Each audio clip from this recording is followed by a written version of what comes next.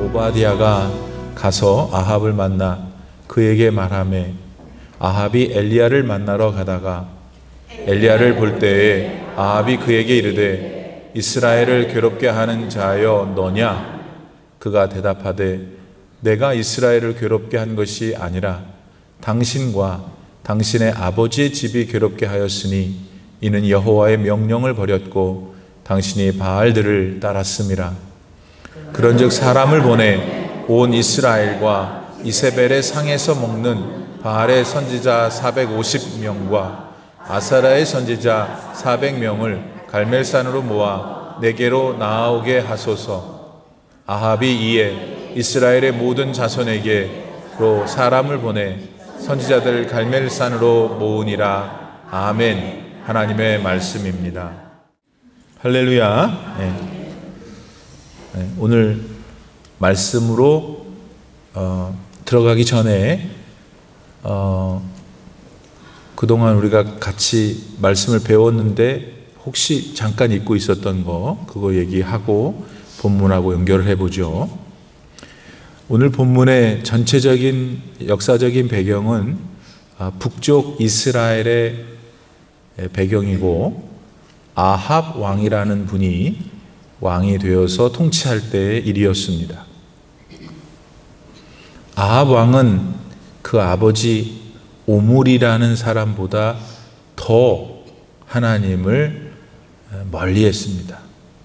아예 하나님을 믿지 않았을 뿐만 아니라 하나님께 예배를 드리던 제사의 장소에 우상 덩어리들을 갖다 놓고 거기에 예배를 드리게 하는 그런 극악무도한 짓거리를 하고 있었던 사람입니다. 아합에게는 부인이 있습니다. 이세벨인데 이 여자는 시돈이라는 나라의 왕의 딸입니다. 시돈은 지금의 레바논입니다. 그 지역 사람, 이방 여자를 아합이 이스라엘 사람, 유대인으로서 부인 삼은 것이죠. 근데 이 여자가 시집 오면서 같이 가지고 온 게 그 시돈 땅 사람들이 섬겼던 실제로 존재하지 않은 우상, 바알 신을 가지고 온 거예요. 바알은 풍요를 나타낸다고 믿었어요. 바알은 남자 신이에요. 여자가 있어야 된다고 생각했어요. 아세라가 여자 신이에요. 그러니까 바알을 갖고 오면서 아세라도 갖고 왔겠죠. 그래서 둘이서 이렇게 하면은 풍성해진다고 해서 너네들도 바알하고 아세라를 섬길 때 와가지고 제단에서 풍성하게 마음껏 육체적인 관계를 가져야 된다. 그게 그들의 제사 방식이었어요. 그렇게 해야만 바알과 아세라가 기뻐해서 풍성한 곡식을 내주고 비를 내린다. 이런 얼토당토한 미신과 이 우상을 아합이 북쪽 이스라엘의 왕으로서 받아들인 거예요. 그러니 얼마나 지금 영적으로 북쪽 이스라엘이 황폐했겠어요. 위에서 내려다보신 하나님이 얼마나 가슴이 아프셨겠어요. 근데 이때 거의 모든 사람이 다 북쪽 이스라엘의 아합 왕의 통치를 따를 때 참 아이러니하게도 아합 왕이 제일 믿고 있었던 오른팔 국내 대신 이름하여 오바댜라는 사람이 있었는데 이 사람은 하나님을 진짜로 섬겼던 거예요. 아마 아합 왕이 알았을 거예요. 그래도 얼마나 똑똑하고 유능했겠죠. 또 자기를 잘 따르고 하니까 국내 대신으로 삼았잖아요. 근데 이 오바댜가 어떻게 하겠어요? 아합이 저렇게 정신을 못 차리고 있어도. 그런 중에 아합이 자꾸 하나님의 말씀을 잘 깨우쳐서 가르쳐주는 이 선지자들을 잡아다가 고문을 하고 죽이고 하고 그랬었어요. 아무래도 미치니까 거기까지 하나 봐요. 그래서 오바댜가 이러다가 보면 이거 다 하나님의 선지자들이 씨가 말리겠다 생각해갖고 100명을 선지자들을 부르고 50명씩 숨겨주었어요. 동굴에 숨겨놓고는 그 시대에 하나님이 화가 나시니까 비를 안 내리셨거든요. 비를 안 내리니까 농사가 될 리가 없잖아요. 그러니 사람들이 기근이 걸리고 배고파서 죽고 그랬죠. 그때 선지자 100명을 이 오바댜라는 아합의 국내 대신이 계속 갖다가 먹인 거예요. 그래서 결국은 그 선지자들이 살아남았을 거 아니에요? 그 어려운 때에. 그래서 훗날 좋은 시절이 돌아왔을 때 그들이 다시 하나님의 백성들에게 하나님의 말씀을 전하는 역할들을 하게 돼서 복음이 계속 이어지게 되는 그런 역사가 일어나게 되죠. 어쨌든 그런 이제 사건들이 있었고 그게 우리가 지금까지 최근에 들어서 공부해 왔던 내용이에요. 어느 날 아합이 하도 비가 안 내리니까 이제 오바댜한테 야 우리가 어디 물길이 어디 있는지 수로가 어디 있는지 좀 찾으러 가보자. 그래서 이제 둘이 길을 나섰어요. 가다가 보니까 길이 양갈래가 생겼는데 아합 왕이 너는 일로 가고 나는 일로 가서 찾아보자. 그래서 이제 각자 길을 떠났어요. 오바댜가 가고 있는데 엘리야 선지자가 나타난 거예요. 그래서 오바댜가 아합 왕이 찾으시니 같이 갑시다. 그래서 이제 뭐 여러 가지 얘기가 있었지만 결국은 엘리야가 오바댜한테 내가 아합을 만날 것이다. 그러니까 누구냐? 오바댜가 진짜 만나 주셔야 돼요. 내가 가서 만나서 이제 오신다고 했는데 안 오시면 저는 죽어요. 그러니까 걱정하지 마. 내가 갈게. 그리고서는 오늘 본문이에요. 화면 볼 수 있을까요? 오바댜가 가서 아합을 만나 그에게 말하매 아합이 엘리야를 만나러 가다가 됐죠? 이게 연결이 됐어요? 아니, 됐으면 여기는 잘하는데 여기가 좀 못하네. 네, 아멘. 오, 아멘까지 나와서 할렐루야. 복이 있을지어다. 그래서 이제 아합이 엘리야를 만나러 가요. 그러나 아합의 속마음은 이거 죽일 놈이죠. 누가? 엘리야가. 왜냐하면 3년 전에 자기한테 딱 오더니 앞으로 비가 안 내릴 거요. 그리고는 어딘가로 사라졌거든. 그래서 비가 안 내리길래 화가 난 아합이 어디 이 사람이 어디 갔어? 찾아. 그래갖고 찾았는데 찾을 수가 있나? 그러다가 오늘까지 이른 거예요. 그래서 오바댜가 조금 전에 아합을 엘리야를 만났다고, 엘리야가 오실 거라고 해서 이제 만나러 가다가 17절 엘리야를 볼 때 아합이 그에게 이르되 그 사람 마음에 있었던 걸 말하는 거죠. 이게 내 복음을 전하고 있어서 내가 좀 드라마타이즈 하고 싶은데 뭐라고 하면서 이스라엘을 괴롭게 하는 자여 너냐? 라고 아합이 누구한테? 엘리야한테 지금 말한 거예요. 그러니까 엘리야가 뭐라고 그래요? 18절 그가 대답하되 내가 이스라엘을 괴롭게 한 게 아니고 당신과 당신의 아버지 오므리죠. 그 집이 괴롭게 하였으니 그 이유는 당신과 당신의 애비가 여호와의 명령을 버리고 바알들을 따랐기 때문이다. 이렇게 얘기를 한 거예요. 자, 일단 여기까지 우리는 너무나 이해가 됐어요. 이제 17절, 18절이. 그럼 잠깐 여기서 어떤 하나님의 마음이 우리가 배워야 될 것인가? 아합은 엘리야를 보자마자 지금 우리나라가 이렇게 된 게 너 때문이다 이렇게 하죠. 그러니까 엘리야가 하는 말이 나 때문이 아니에요. 당신 때문이요.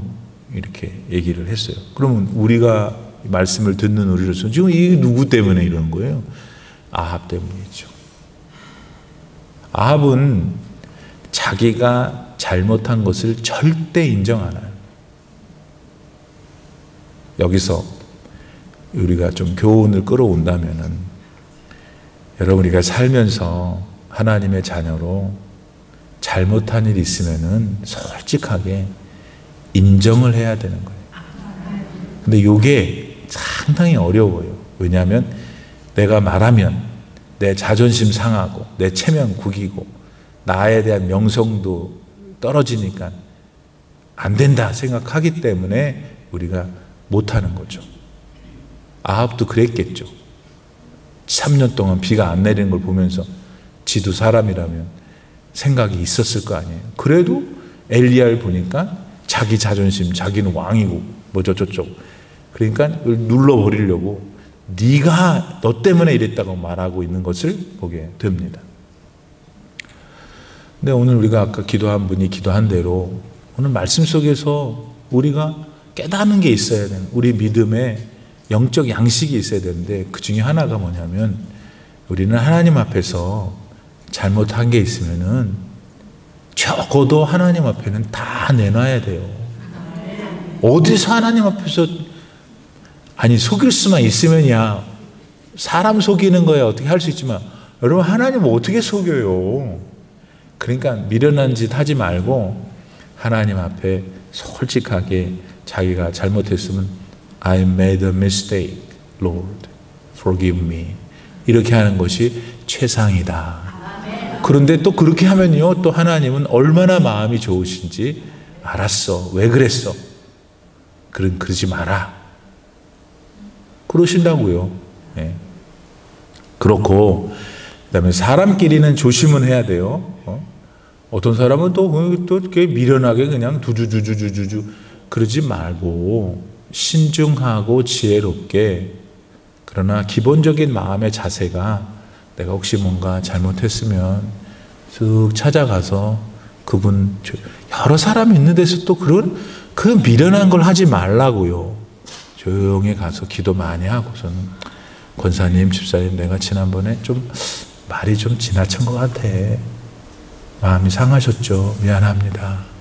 내가 다시는 안 그럴게요. 한번 일해 보세요.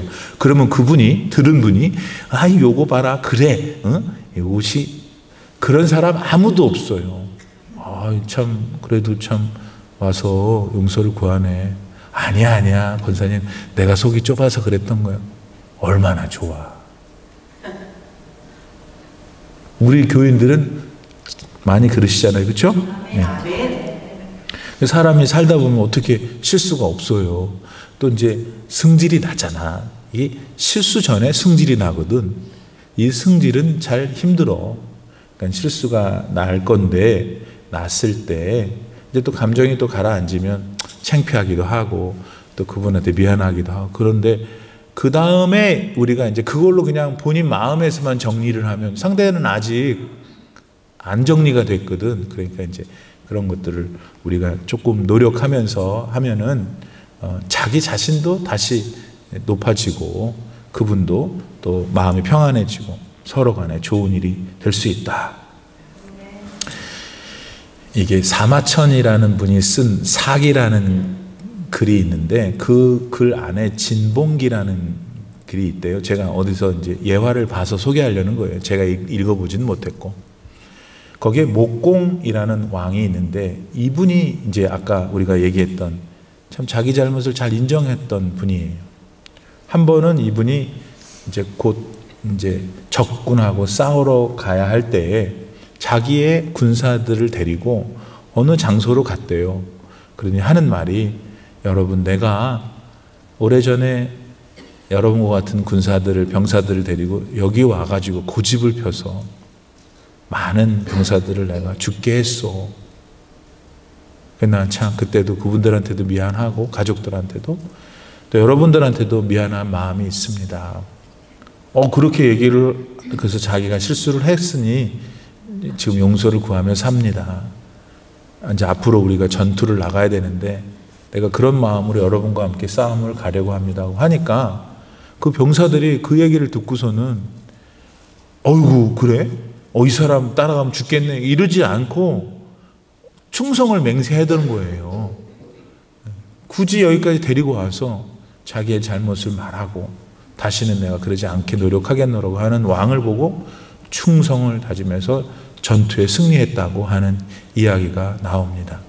그 후에 이 목공왕이라는 왕은 이제 자기 운명에 따라 죽었는데, 죽을 때 글쎄 살아있는 신하 177명이 같이 죽었대요.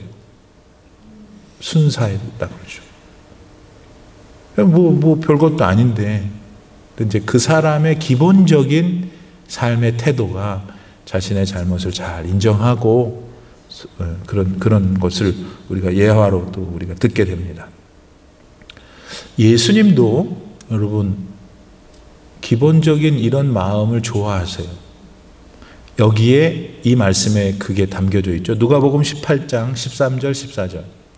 세리는 멀리 서서 감히 눈을 들어 하늘을 쳐다보지도 못하고 다만 가슴을 치며 이르되 하나님이여 불쌍히 여기소서 나는 죄인이로소이다 하였느니라. 내가 너희에게 이르노니 이에 저 바리새인이 아니고 이 사람이 의롭다 하심을 받고 그의 집으로 내려갔느니라. 무릇 자기를 높이는 자는 낮아지고 자기를 낮추는 자는 높아지리라 하시니라. 세리는 기도를 드릴 때 자기의 잘못을 모르는 게 아니라 완전히 인정했지만 인정했기 때문에 하늘을 쳐다볼 수가 없었던 거예요. 그래서 자기를 불쌍히 여겨달라고 그렇게 기도하고 있는 그때 저 옆에 바리새인은 모든 사람이 다 보도록 자기를 그렇게 해놓고 하늘을 손으로 들고서는 자기는 일주일 동안 11절을 어떻게 했고 금식을 몇 번 했고, 아니 그 기도를 집에서 조용히 하면 되지, 이쪽하고 이쪽에서 사람이 다 보는 여기 딱 서가지고 그렇게 하고 있는 바리새인과 세리의 기도를 예수님이 지금 비교하시는 거예요. 하나님이 누구를 기뻐하시냐면 우리가 실수를 하지 말라는 게 아니에요. 하지 않았으면 좋아하시죠, 더. 그러나 실수를 했을 때, 죄를 저질렀을 때 하나님 앞에 어떤 자세로 나아가야 되는가. 아합으로 돌아옵시다. 아합은 지금 그 나라가 지금 망하게 생겼는데 지 잘못인데 지 잘못을 깨닫기는커녕 엘리야를 갖다가 너 때문이다라고 이렇게 하고 있는 장면을 보면서 우리는 지금까지 말씀드린 교훈을 생각하게 됩니다.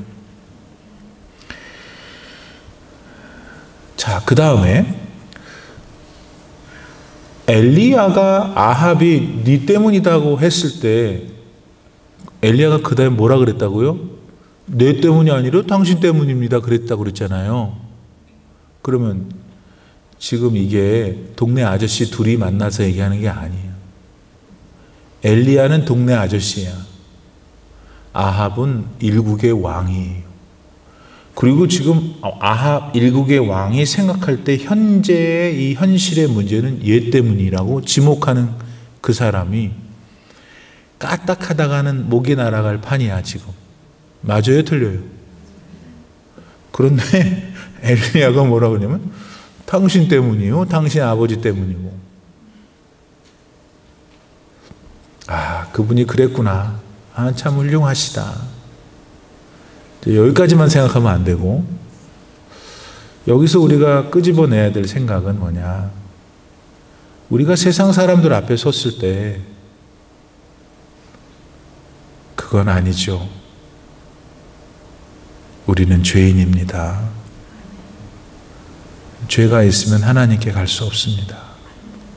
하나님에 갈 수 있는 유일한 길은 천공도 아니고 무당도 아니고 누구도 아니고 살아계신 하나님, 우리 구세주 예수님밖에 없습니다.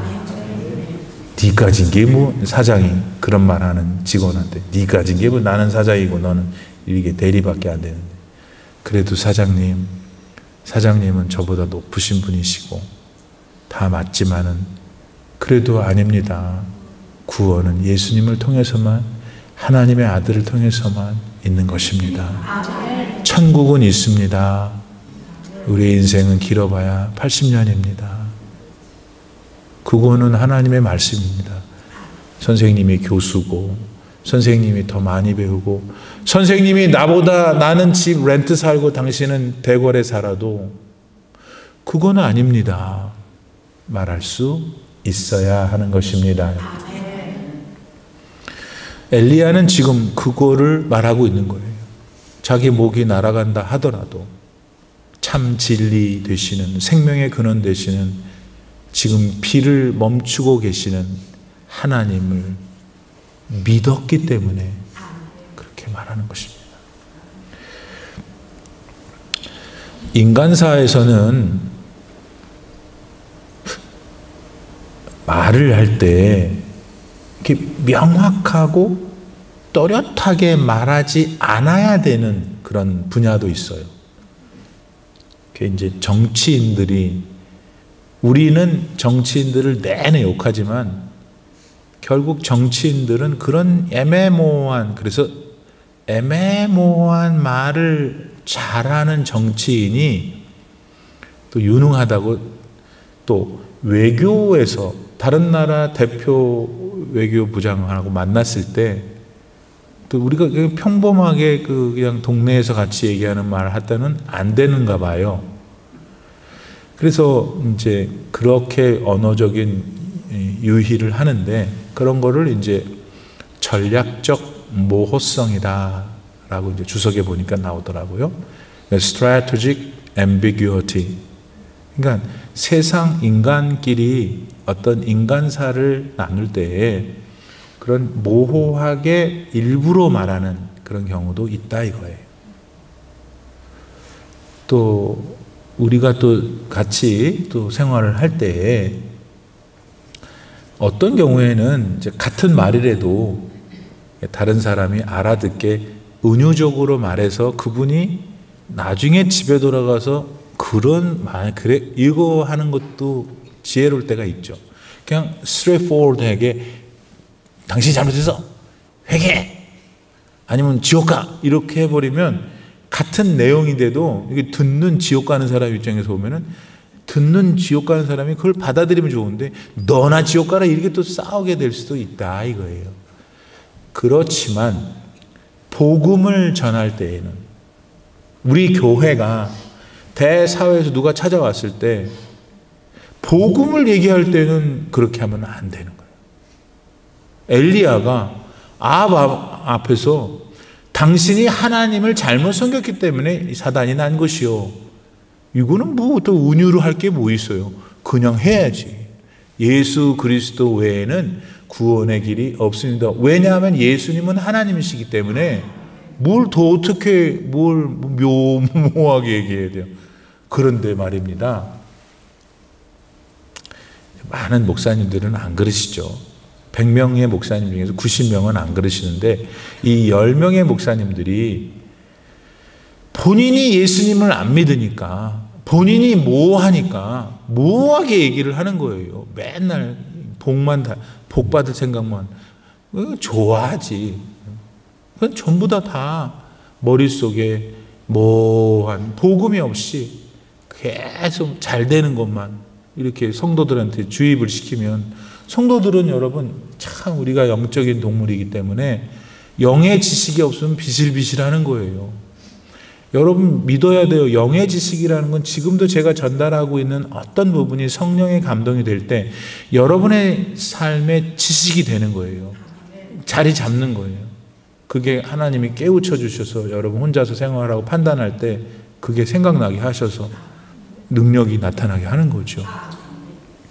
그래서 누구냐? 엘리야는 아합 앞에서 정확하게 복음을 얘기했어요. 우리도 정확하게 복음을 얘기해야 돼요. 내가 아까 예를 들었죠. 그런데 복음을 왜 잘못 전하냐면, 잘못 전한다기보다도 이게 꿀리냐면 상대가 나보다 사회적, 이 인간사회에서 높기 때문에 막 그냥 반지를 여러 개 끼고 있고 막 귀걸이하고 좋은 차 타고 오면 꿀리잖아. 또 평소에 내가 가방끈이 짧아갖고 박사 석사 붙으면 막 꿀리잖아. 잠깐 그때 꿀리기는 꿀려. 근데 정신을 바짝 차려야지. 그거 꿀리는 거하고 예수님이 하나님의 아들이시고 나의 구원의 하나님이시고 십자가에서 희생하신 그거는 진리고 그거는 하나님 되심이잖아요. 그게 왜 끌려? 그거는 갖다 대야지. 그걸 대라고 갖다가. 그러려면 내 자신이 평소에 내가 그렇게 믿고 있어야 되죠. 엘리야가 왜 담대하게 아합한테 말할 수 있었어요? 본인이 믿으니까. 본인이 확신하니까. 여러분도 그런 참 신앙인이 되셔야 한다. 그 다음에 또 생각해야 될 게, 좀 냉정하게 생각해 보면은 아합이 지금 현 상태에 이르게 된 원인이 있었어요. 원인은 분명 시돈 땅에서 시집온 이세벨이라는 그 여자 때문이에요. 왜냐하면 그 여자가 같이 데리고 온 바알을 안 데리고 왔으면 아합이 이 정도까지 안 갈 수도 있지 않았을까. 이렇게 우리가 좀 생각해 볼 수 있다 이거죠. 그런데 오늘 엘리야를 통해서 하나님이 아합을 책망하실 때 이세벨 얘기를 한 번도 안 하셔요. 이상해.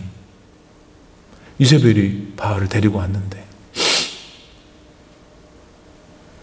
그렇다면 그런 흐름 속에서 우리가 어떤 생각을 할 수 있냐면,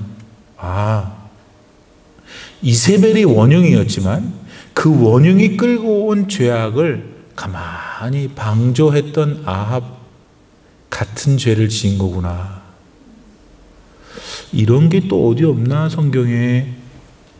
아니, 선악과는 누가 따먹었어요? 응? 이 여성들이 많으니까 대답을 안 하시네. 선악과를 따먹으신 분은 분명 하와예요. 그런데 성경에 보니까 하와에게는 하나님이 잘 안 하셔요. 아담아 어디 갔느냐. 물론 목사님 아담도 따먹었잖아요. 아니 그러니까 따먹긴 했는데 누가 먼저 따먹었고 그거 누가 가서 꼬셨냐고. 그러니까 꼬임을 당한 남자가 원수죠. 그런데 이렇게 논리의 흐름상 보면 어째서 하나님은 하와를 먼저 질책하시고 그 다음에 순본상 아담한테 왜 너는 마누라의 말을 들었느냐 이렇게 안 하시고 아담아 어디 갔느냐. 그러니까 뭐 하와가 잘못이 없었다라는 건 아니에요. 왜냐하면 하와도 벌을 받았잖아요. 여기서 어떤 생각을 할 수 있느냐 하면 아담이 하와한테 그 얘기를 들었을 때 같이 먹어버렸잖아요. 잘못은 실제로 원인은 다른 데 있었어도 같이 동참하면 그것도 하나님이 좋게 여기지 않으시는구나. 그렇다면 우리들은 어떨까? 이게 우리가 굉장히 지금 부담스러운 것이 베드로전서의 말씀에 우리는 하나님이 뭐라고 부르시냐면 너는 왕 같은 제사장들이야. 그랬단 말이에요. 그래서 평소에 찬송도 부르면서 너무 좋았어. 왕 같은 제사장. 그러면 여러분 제사장의 그 지위, 그럼으로써 그 지위에서 오는 특권을 누리기만 하면 안 되지. 제사장 역할을 해야지 제사장일 거 아니에요. 제사장은 뭐 하겠어요? 제사를 드려드리는 거잖아요. 하나님 앞에. 다른 사람은 그 일을 하지 못하게 했으니 제사장이 해야 될 일을 제사장이 해줘야 될 거 아니에요? 그건 비단 동식물을 태우는 것만이 아니라 하나님의 거룩한 율법을 본인이 잘 익히고 믿어 그것을 백성들에게 가르쳐 줘야 되는 것이 제사장일 때 하나님이 우리를 향하여 2024년 2월 7일 오늘 우리를 향하여 너는 제사장이다. 왕 같은. 그렇다면 우리는 세상에 나가서 어떻게 해야 돼요? 왕 같은 제사장처럼 살아야 된다 이거죠. 그러면 이제 그 논리로 가면은 세상 사람들이 네가 가만히 있었기 때문에 아무 말도 안 했기 때문에 그 세상 사람들이 자기 멋대로 소망이 없이 한번 뭐 죽는 거 이왕 이렇게 된 팔자 굵고 짧게 살자 내가 닥치는 대로 원하는 대로만 사는 그런 원색적인 지혜롭지 못한 삶을 살게 되는 게 우리 책임이라는 것이죠. 목사님 그건 좀 억울해요. 잠깐 더 들으시라고. 왕 같은 제사장이기 때문에. 그래서 우선은 가까이에 내 주변에 있는 사람들에게 우리는 매일 사명이 있는 거예요. 내가 예수 그리스도를 진실하게 믿는 삶을 보임으로써든지 아니면 기회가 돼서 하나님의 말씀을 전할 수 있다면 전하든지 whatever 어떤 방식으로든지 살아계신 하나님에 대하여 여러분이 가르치고 보여주는 것이 여러분의 일이에요. 그게 동조하지 않는 거예요. 목사님 저는 예수님 잘 믿고 교회 열심히 다니고 하라는 대로 했잖아요. 그러니까 그거는 여러분이 잘하셨어요. 그건 여러분이 구원받기에 합당한 구원받은 사람으로서의 삶을 잘 사신 거예요. 그런데 하나님은 거기다가 더 예수 믿지 않는 분들에게, 교회 바깥에 있는 분들에게 제사장의 삶을 살아주기를 원하시는 것. 그것이 아합과 엘리야의 관계에서 도출해낸 교훈이다. 에스겔서 말씀으로 하나님이 이런 마음을 갖고 계신다는 것을 제가 확실히 증거해 볼게요. 에스겔서 3장 18절. 가령 내가 악인한테 말하기를 너는 꼭 죽으리라 할 때에, 그러니까 하나님께서 악인한테 너 꼭 죽을 거야 라고 말씀하실 때에 네가 깨우치지 아니하거나 말로 악인에게 일러서 그의 악한 길을 떠나 생명을 구원하게 하지 아니하면 그 악인은 지 죄악 중에서 죽으려니와. 지가 죄악을 저질렀으니까. 그 다음에 하나님인 내가 그의 핏값을, 그 악인이 죽어서 피 흘릴 거 아니에요? 핏값을 네 손에서 찾을 것이다. 어휴, 이건 좀 억울하지 않아요?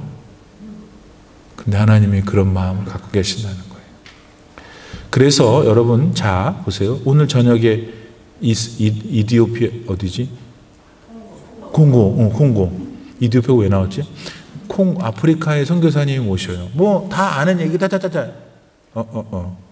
다시 한번 우리가 왜 이런 일을 하고 있는지를 제일 밑바닥 생각을 나눠야 돼요. 그분은 하나님의 부르심이 있었어. 그래서 그 땅에 가신 거야. 우리라면 꿈에도 생각하기 싫은 그 일을 그분은 하고 있어요. 즐겁게. 그러니까 하나님 살아계신 거예요. 거기서 뭐 하냐고. 뭐 어떤 걸 하겠지. 근데 뭘 하든 예수님이 구원의 하나님이십니다. 이거 얘기하시는 거 아니에요? 네. 그러고 계시는 분이 다른 나라 사람이 아니라 우리나라 사람이야. 그런데 다른 나라 가서 그 일을 하고 계시니 이렇게 보니 나라도 힘든 나라고 또 외국에서 살고 돈도 필요하고 내가 여기서 선교하고 있는 거를 좀 알아줄 필요도 있고, 선교사님이 제일 힘들어하는 거는 내가 혼자 있다라고 하는 생각이 들 때예요. 선교사님이 제일 좋아하는 것 중에 하나는 한국 사람하고 들만 하고 한국말로 찬송하고 한국말로 설교 듣는 예배가 제일 좋답니다. 그러니 그거를 같은 한국 사람으로, 같은 예수 믿는 사람으로, 근데 그 무슨 마음이 생기잖아요. 뭔가 좀 어떻게 같이 하면 안 될까? 그런 시간을 마련하기 위해서 우리가 부흥회를 하는 것이고, 동시에 거기서는 하나님이 어떻게 역사하시는가, 그 동네 사람들은 어떤 생각을 갖고 사는가, 이런 것들을 또 현장에 계시는 분이 직접 오셔서 무슨 말을 하더니 본인이 익스피리언스 한 거 아니에요? 아, 그렇구나. 그러면서 혼자서 우리 교회들도 한 분씩, 내 믿음이 참 부족한 게 있었구나. 저렇게도 사시는데 하나님, 내가 지금 또 뭘 해야 되는지 가르쳐 줘서 감사합니다. 이런 것도 깨달을 수도 있고, 뭐든지 또 우리에게 유익이 되는 이런 일을 하기 위해서 결국 뭐냐면 내가 복음에 대해서 더 온전하게 설 수 있게 하는 것에 있어서의 의미가 있죠. 그러니 이런 기회를 나는 받고 있는 거잖아요. 올림피 하나 장로교를 다니기 때문에, 이 시기에 내가 여기에 있기 때문에 이런 기회를 하나님께로부터 받는 거잖아요. 여러분 그 생각을 해야 돼요. 그게 큰 은혜 아니에요? 예. 그리고 나서 또 훈련 받고 도전 받아서 또 이제 말씀 배운 대로 또 더 작은 일부터 또 안 해봤던 거는 새롭게 하고 있는데 좀 뒤쳐져 있던 것도 열심히 하고, 우리한테 더 좋은 일들이잖아요. 예. 마지막, 그 엘리야가 당신 때문이고 당신 아버지가 여호와의 명령을 떠나고 우상을 섬겼기 때문입니다. 그러면서 하는 말이, 좋소, 나한테 책임을 물으니 이렇게 합시다. 이게 지금 책임의 소재를 확실히 한번 규명해 보자고 하는 뜻에서 말한 거죠. 문맥상 뭐라고 그랬어요? 당신이 섬기는 바알 그 무당들이 있을 거 아니야? 본문에는 선지자로 나왔지만 그 바알 선지자, 그 무당들 450명하고 그 한 패이죠. 아세라의 그 무당들, 선지자들 400명, 토탈 850명을 갈멜산으로 모이게 하십시오. 내가 거기 갈 것입니다. 그래서 이제 다음 주에 오셔야 돼요. 오시겠죠? 너무나 이게 재밌잖아요. 근데 다음 주에 오십시오는 엘리야가 말한 게 아니고 내가 말한 거예요. 갈멜산에 모으십시오. 내가 갈 것입니다. 그리고는 이런 얘기를 했을 거예요. 거기서 우리가 하늘에서 비를 내리기는 한번 시합을 해봅시다. 그렇게. 아무튼 그 장면이 오늘 본문까지의 얘기예요. 아니 도대체 무슨 깡으로 엘리야는 자기는 혼자 가고 여기 850명을 다 대령하라고 했을까? 우리가 좀 수준이 낮지만 어떻게 해요? 뭐 우리는 사람이니까. 사람 수준에 생각해 볼 때 도대체 싸움을 걸면은 나도 뭐 믿는 게 있어야 뭐 나도 데리고 올 애들이 있거나 이래야 게임이 될 건데, 엘리야는 아무도 없거든요. 이분들은 850명이고, 아니 뭐 8명만 해도 힘든데 아이고 850명 도대체 뭘까? 여기서 우리는 한 가지 너무나 명쾌하게 발견하게 되잖아요. 엘리야는 하나님을 믿었던 거예요. 850명이든 8만 5천 명이든 까지 그 상관없어. 나와 함께 하신 하나님이 있는 한 너네는 죽었어. 이거 아니에요? 야, 이 믿음이 이 시간 저와 여러분에게 충만하시길 바랍니다. 왜냐하면 그 하나님은 지금 우리의 하나님이시니까. 엘리야는 그걸 믿었기 때문에 이런 말도 한다는 제안을 했던 것이에요. 하나님은 천지를 창조하신 분이시다. 하나님은 그 창조한 천지를 지금도 한치의 오차도 없이 바닷가가 여기까지 들어오면 그만하게, 물러가게, 기상이변이 생기긴 했어도 온 세상이 지금 하나님이 원하시는 척도에 따라 움직이잖아요. 지구가 갑자기 더 빨리 돌아봐요. 우리가 어떻게 살겠어요? 그거를 다 지탱하고 운영하시는 걸 믿으세요?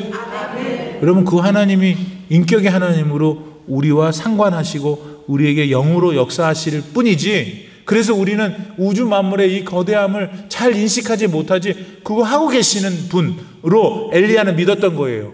그래서 거기에 대결을 신청했던 것이죠.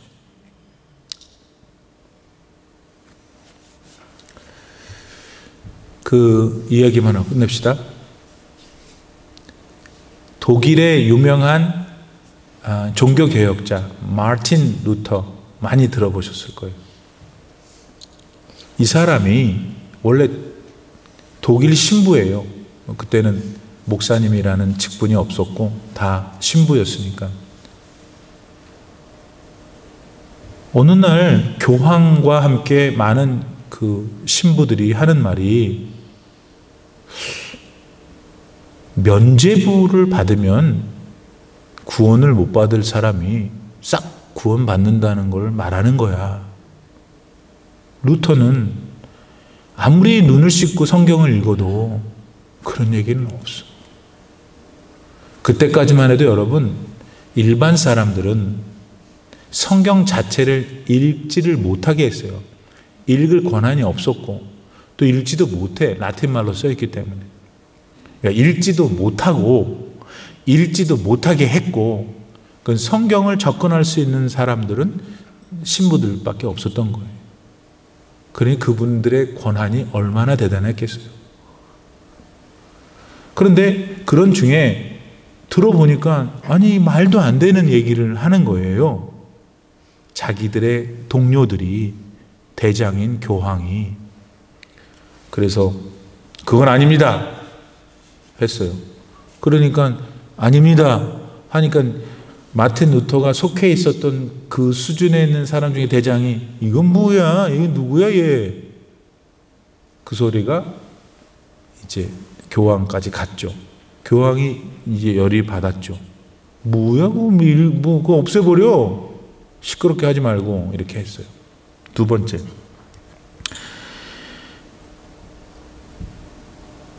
선행을 해야, 또 성례전을 받아야 구원을 받는다고 하는 거예요. 또 루터가 성경에 보니까 그런 말이 어디 있냐고요. 면죄부를 받아서 어떻게 지옥 갈 사람이 천당을 가고 돈으로 사가지고, 어떻게 성례전과 뭐 착한 행동을 해야 구원을 받냐 말이에요. 예수 그리스도를 믿는 믿음으로 구원을 받는 거지. 안 됩니다. 그러니까 또 같이 있던 그룹 중에 대장이, 저거 쟤 어떻게 해서 좋겠니? 쟤를 시끄러워. 교황도 어떻게든 죽였으면 좋겠다고. 또 하나, 여러분, 지금 이제 루터가 자기 동료들한테 말하는 거예요. 신부님 여러분, 정신 바짝 차리세요. 성경에 어디 그런 게 나옵니까? 교회가 그동안 세월 속에서 쌓은 전통도 중요하지만은 그 전통보다는 하나님의 기록된 말씀에 이게 기준이 돼야죠. 왜 자꾸 교황의 얘기, 여러분들이 해왔던 일이 어떻게 하나님 말씀하고 반할 때 그걸 따라갑니까? 그래서 sola scriptura, 오직 성경으로 돌아가야 됩니다. sola fide, 라틴 말이에요. 오직 믿음으로 돌아가야 됩니다. 믿음으로 구원받는 거예요, 예수님을. 예, 그렇게 얘기를 하니까 아주 그냥 발칵 뒤집어졌어요.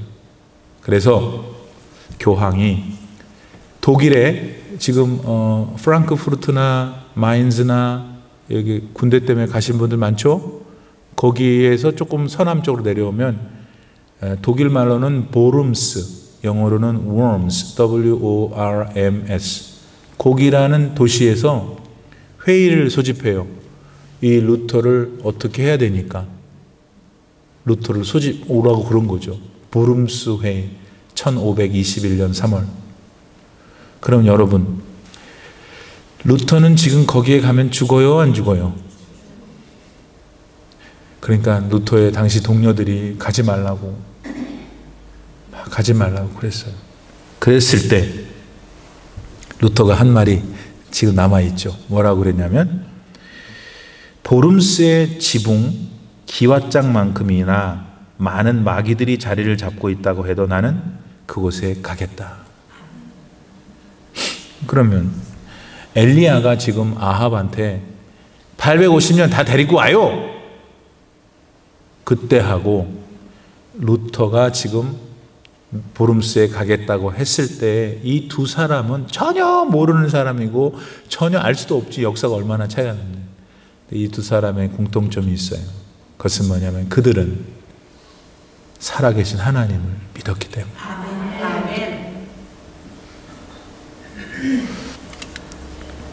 결국 보름스 회의에 갔어요. 자기가 하고 싶은 말 다 했어요. 그때 교황이 걔가 보름스에서 나올 때 잡아 죽여라 그랬어요. 그랬는데 프레드리인가 무슨 3세인가 무슨 또 영주가 있어. 그 사람이 그걸 알고서 루터를 탁 채가요. 그래서 자기 궁에 숨겨놔. 하나님의 은혜죠. 그래서 뭘 루터가 거기 숨어있는 동안 하냐면 그동안 평범한 사람들은 읽을 수 없었던 성경을 최초로 독일말로 번역해요. 그러니까 독일 사람들은 독일말로 쓰여진 성경을 읽을 수 있어요? 없어요? 다 읽지.